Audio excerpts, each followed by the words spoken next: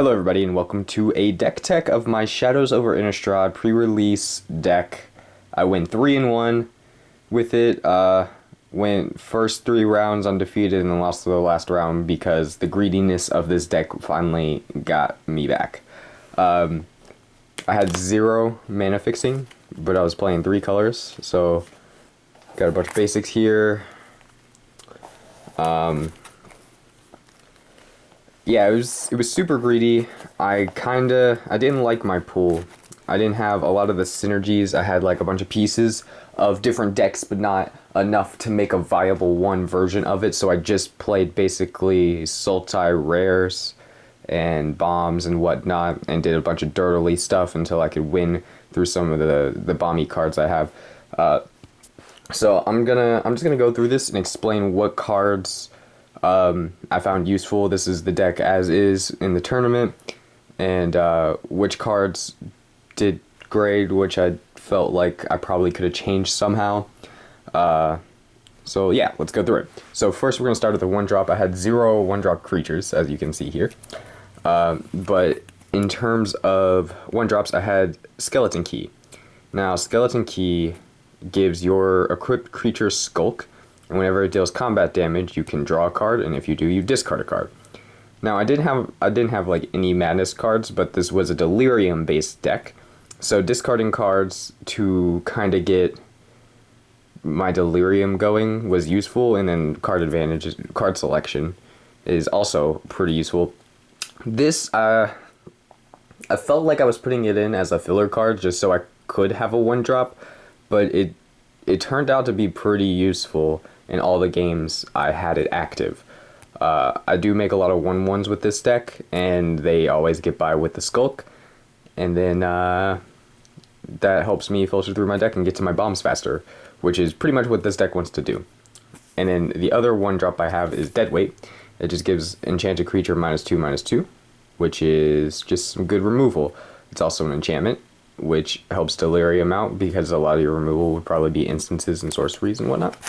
So those were my 2 1-drops, which wasn't a lot, but this is limited. I wasn't too worried about it. Now let's move on to 2-drops. We'll start with the creatures. So this is the Hinterland Logger, and you're gonna have to... I don't have my tripod.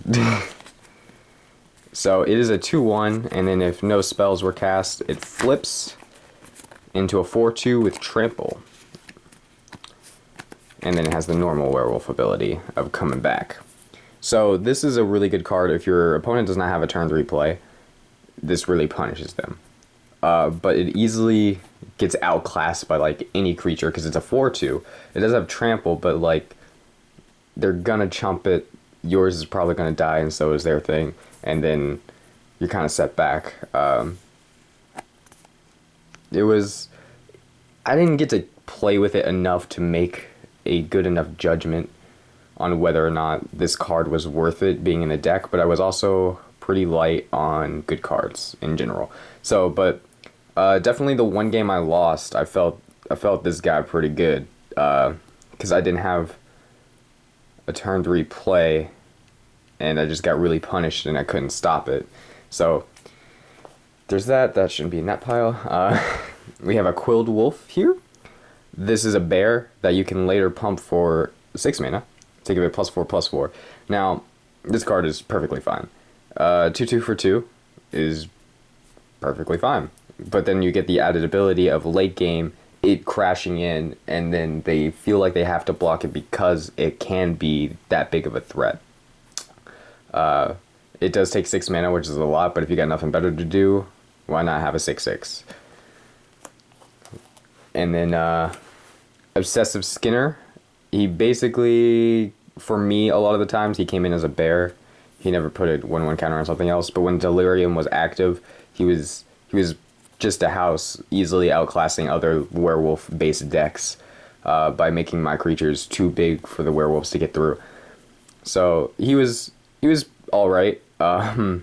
Nothing super special, but it was good enough for me to feel like I wasn't wanting to board like this card out.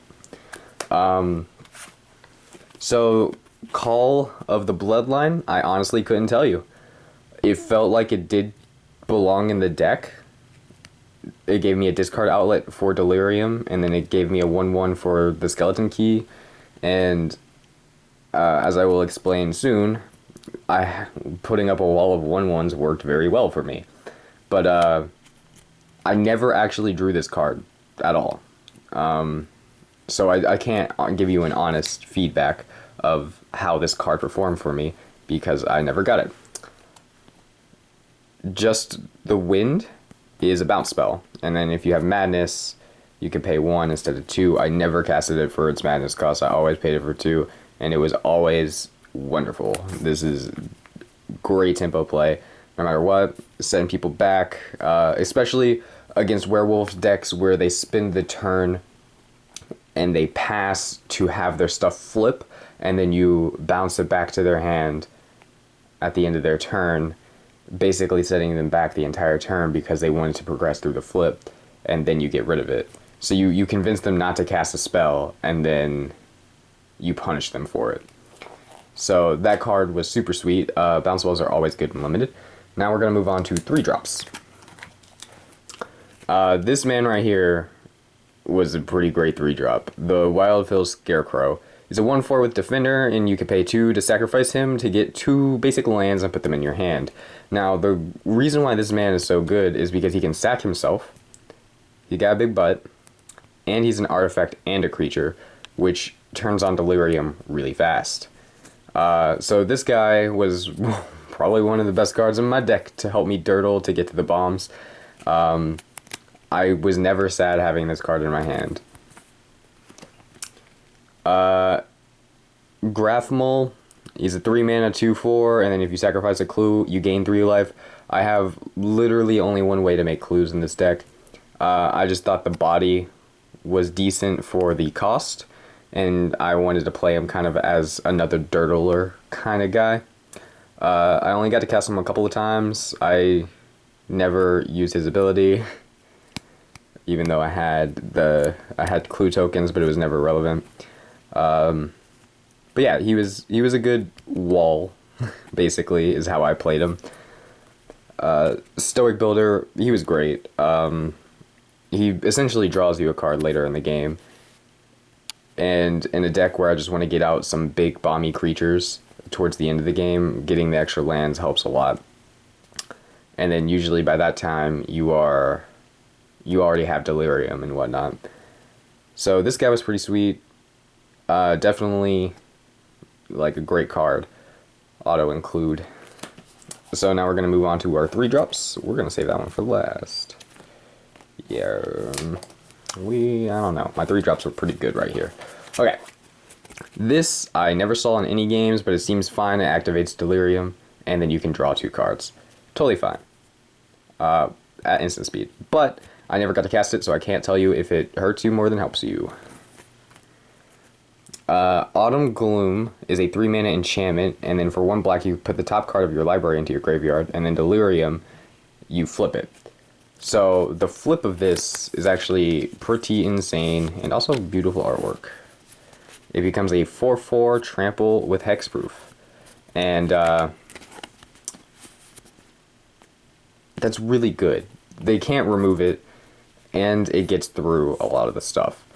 So late game, this is often a 3-mana 4/4 trample with hexproof, which is wonderful. Early in the game, you're setting up Delirium and filtering for the next card I'm about to show you, which I will get to now. So this card won me a lot of my games. One of the best cards in the deck, for sure. Crawling Sensation. Whenever, at the beginning of your upkeep, you can choose to put 2 cards from your library into your graveyard whenever 1 or more land cards are put in your graveyard from anywhere. For the first time each turn, put a 1/1 insect creature token onto the battlefield. Now this card often built me a wall of 1/1s that allowed me to not die until I could cast one of my bombs or finish the game through the 1/1s with Skulk and stuff.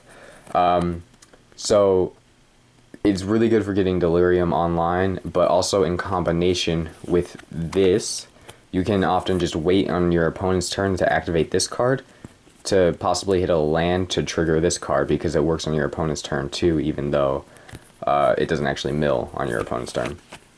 But these cards work very well together. The only problem is they're both 3-drops, so you're not curving out. But it was a really good combo. It helped me stabilize a lot of the time. Now we're gonna move on to 4-drops. So here we go. First Bomby card, Mind Rack Demon. I don't particularly think he's great, but I've never got the Delirium effect to hurt me.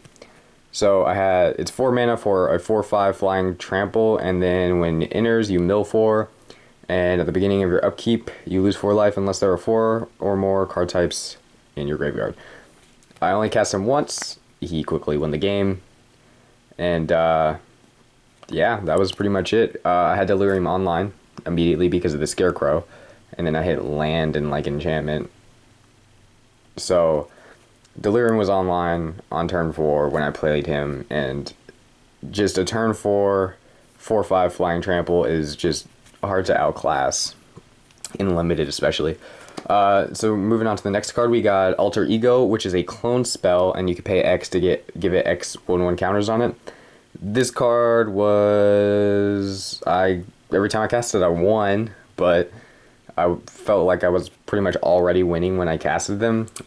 One game I cloned my 4/4 trample hexproof, and that was obviously ridiculous. And in another game I cloned my Mind Rack Demon, which was also a really good finisher. So, but that was the only times I casted it, so that was that. Next one we got Briar Ridge Patrol. He always died. He did not ever do anything ever. He gives you he gives you clues that you can crack when he deals damage to a creature, but I felt like all the other creatures were outclassing him very easily at this point in the game. And if you sacrifice 3 clues, you can put a creature from your hand into play. Never happened. Never even got close. Just got usually won and died. That doesn't go there. Okay, I had 2 of these guys. There are 3/3s for 4s, and then if you have Delirium, you can pay 2 to give it +1/+1 until the end of the turn. These guys were not wonderful. So the problem I had, like I said, I had a lot of pieces to a lot of different decks, but not the actual things to make the right decks work. Like, I had Nightmare Horses, but like in this slot I could also run human things, but I didn't have enough humans and they weren't as good. And if I had some better humans, I could make it work. But these were kind of like a filler spot for 4-drops, just so I could have some more creatures. And they did fine. Like, I made them bigger and then they hit sometimes. And they survived combat a lot because of this ability. But it wasn't anything spectacular, but it is a common, so you gotta take what you get. Now we're going on to the other spells for that. So this was just basically removal. No one had a way to, what I saw, no one like rooted out my sleep paralysis. It just was straight up 4 mana, basically destroy target creature. So this card was great. Might be on Reason. I used it as a combat trick a lot of the times. Putting it on the Tramplers was a really good way to finish out the game.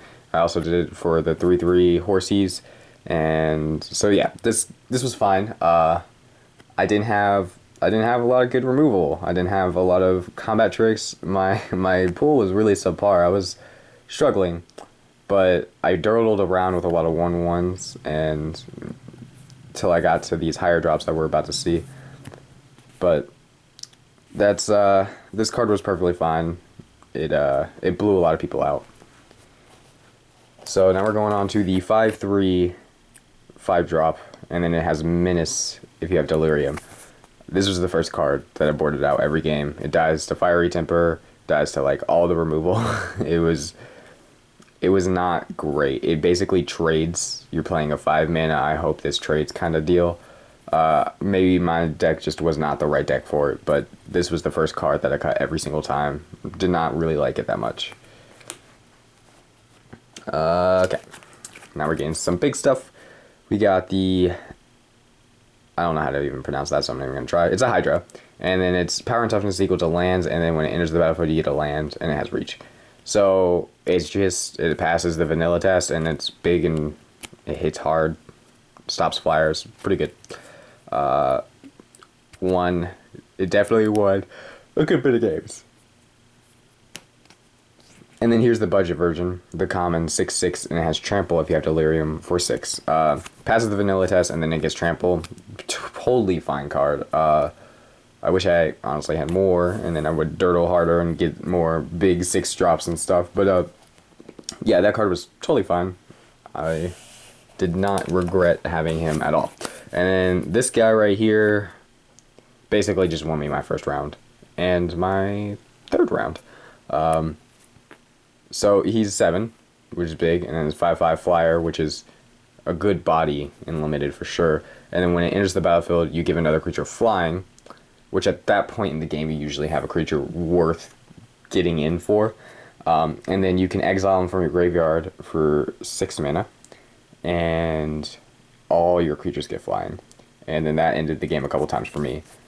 So this was a great card. This was a big bomby card, had a big body, came into play, immediately had an effect on the board, giving another creature flying until the end of the turn, and then getting in with that creature, and then next turn usually setting up for lethal. If I milled it, because my deck mills itself a lot, I was still okay with that, because I had 6 mana, and I can give all my creatures flying for an Alpha Strike, and that's exactly what happened a couple times. So this was the deck I played. I went 3-1, I went against red-green werewolves, black-red vampires, red-green werewolves, and oops. And then humans? I don't know. No, it was like werewolf. It was white, green werewolf humans, and that's what beat me. And I basically just lost to that 2-drop that flips into a 4/2 twice.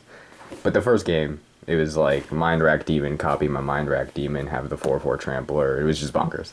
But then I think the inconsistency of the deck finally hit me in that final round, and I just could not play spells when I needed to play spells. So this was my pre-release deck. I hope you enjoyed your pre-release, and thank you for watching.